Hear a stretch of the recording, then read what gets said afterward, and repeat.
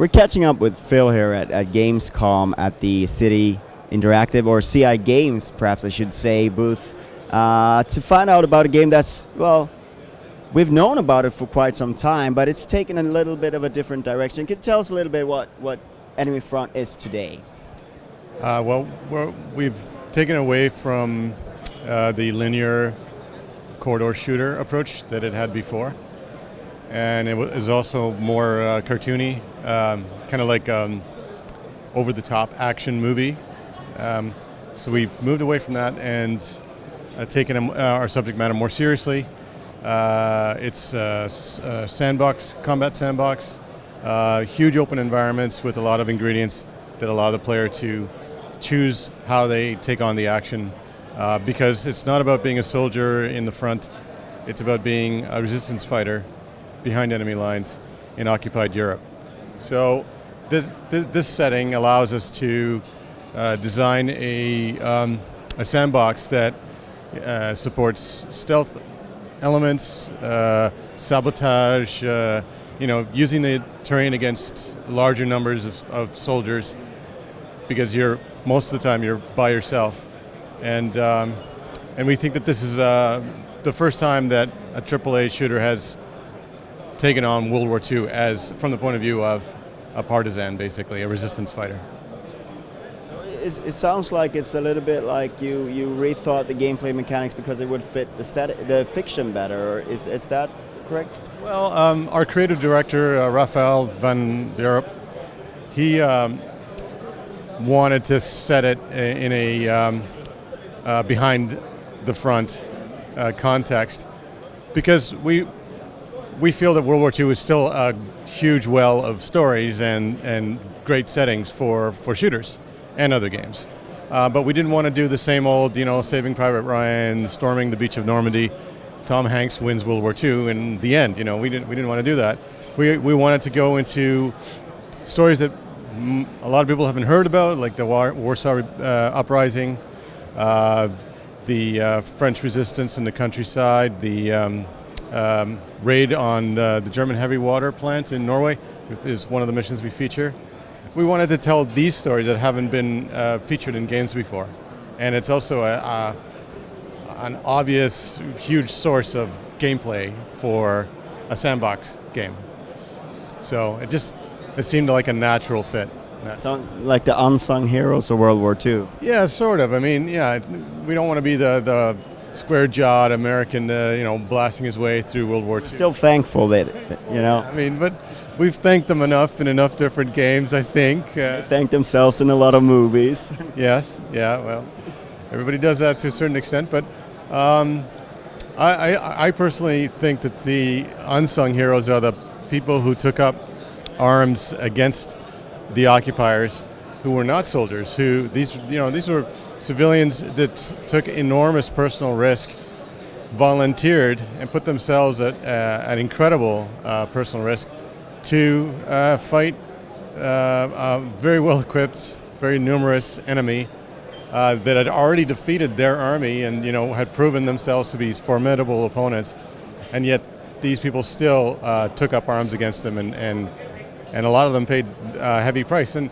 I'm surprised that more games haven't gotten into this kind of subject matter, which, as I said, World War II is full of stories. I'm not sure if it was similar, but there's been a few, like Saboteur, who had sort of a similar concept, yeah. But it's not the same kind of game. Yeah, I mean, I think there's been a few recent ones, but they're more like a James Bond kind of thing. Our character's not a James Bond. He's a journalist. And he's kind of, he starts off as a careerist, kind of cynical, a little bit jaded, because he's been covering fascism and the rise of fascism for a while, and he went to the Spanish Civil War and got disillusioned a bit, so he's like out for himself. But in the story, he finds another reason to get involved in the struggle instead of just being a bystander and an observer. So we think that that's an interesting story to explore. Like, what would you do, basically? If you were in this situation, what would you do? And we think it will be compelling. You know, it will be something that people haven't played before. So. And of course, how do you take the time? Do you want to be for it to be like an interactive history lesson, or do you want to step away and keep focus on the entertainment of it? Obviously, the focus is on entertainment, but you know, personally, I like to teach as well as entertain. My first job is to entertain, but I believe that learning something is also entertaining, as long as you don't, you know, shove it down their throats and like parade it with big signs in front of their face and make it too obvious.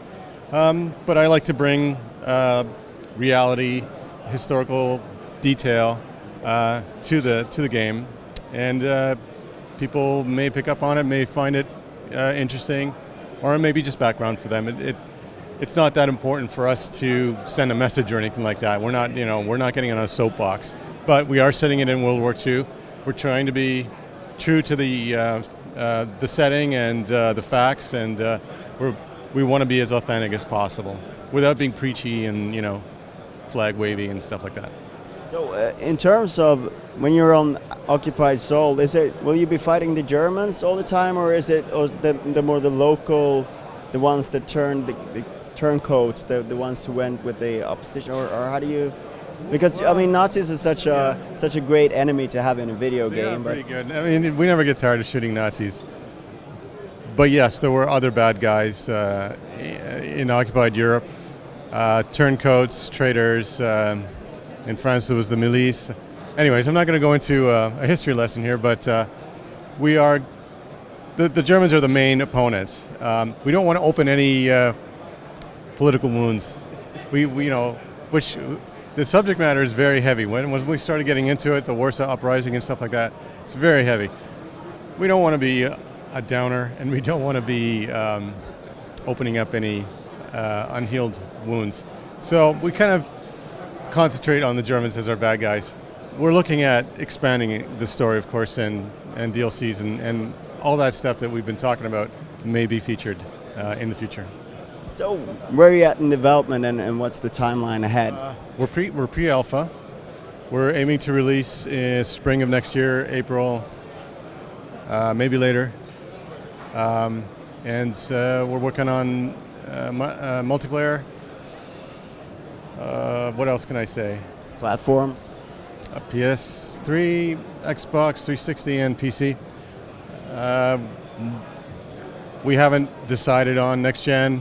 We're considering, but we don't have any firm plans for next gen. Of course, PC is sort of next gen, so. Well, yeah, I mean, everything's developed on PC. We're definitely releasing on it a strong PC version. I don't know if you've seen you saw the demonstration. Yeah, that's an optimized version for PC. We get to do a lot of things on the PC that make it look really good. So the next gen should be able to handle that version, so we're interested in that possibility for the future, but not for this release. Thank you very much for your time. You're very welcome. Pleased to meet you.